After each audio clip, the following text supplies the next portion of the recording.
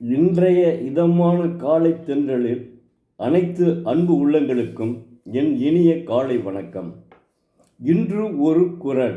அதிகாரம் 33 கொல்லாமை. குறள் எண் 324. நல்லாறு எனப்படுவது யாதெனின் யாதொன்றும் கொல்லாமை சூழும் நெறி. தெய்வப்புலவர் திருவள்ளுவர். மேற்கதி வீடு வேறு அடைய நல்ல நெறி என்று சொல்லப்படுவது யாது என்று வினவின் அஃது யாதோர் உயிரையும் கொல்லாமையாகிய அறத்தினை காக்கும் கருதி நெறி என்கிறார்.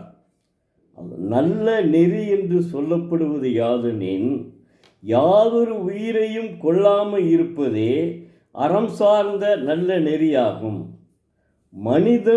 மனிதனாக வாழ வேண்டும் என்றால் அவன் எத்தகைய உயிர்களுக்கும் கொல்லக்கூடாது, எத்தகைய உயிரையும் கொல்லக்கூடாது.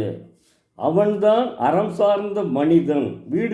அவனால் வீடு வேறு அடைய முடியும் என்கிறார் தெய்வப்புலவர் திருவள்ளுவர். எவ்வளவு ஒரு அறிவுரை சொல்லியிருக்காரு பாருங்க. அப்போ எந்த உயிரையுமே கொல்லக்கூடாது தான். அதனால தான் எத்தனையோ பேர் பாம்பை பார்த்துட்டு அடிக்கவே மாட்டாங்க. அவங்க போயிட்டு போகுது நம்ம அப்படின்னு போயிடுவாங்க. இல்லைன்னா பிடிச்சி கொண்டு போய் விட்டுருவாங்க காட்டுக்குள்ளே.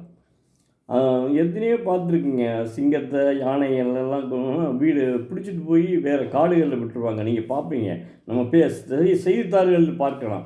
ஏன் இப்படி விடுறாங்க அப்படின்னு கூட நான்லாம் சின்ன வயசு நினைக்கிறது. ஏன் இதை கொல்ல வேண்டியது தானே அப்படின்னு சொல்லிட்டு. அதனால் அப்படி சொல்கிறாரு. எந்த உயிர்களையுமே கொல்லக்கூடாது. அது ஒரு உயிர் தானே, இறைவனால் படைக்கப்பட்ட உயிர் அது. அதை போய் நம்ம கொல்ல வேண்டுமா? கொல்ல வேண்டாம். அதைத்தான் தெய்வப்புலவர் வலியுறுத்துகிறார். மாணவ செல்வங்களே, தினந்தோறும் ஒரு குறளை படியுங்கள். நிச்சயம் உங்கள் காலம் வசந்த காலமாக ஆகும்.